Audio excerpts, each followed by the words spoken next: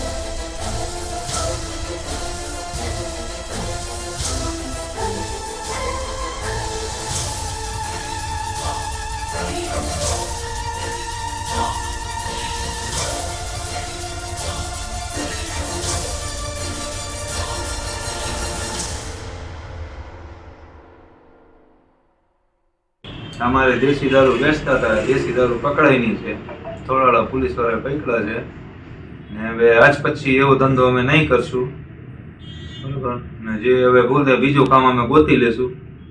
હવે આજ પછી અમે દેશીનો ધંધો, દેશી દારૂ પીવાનો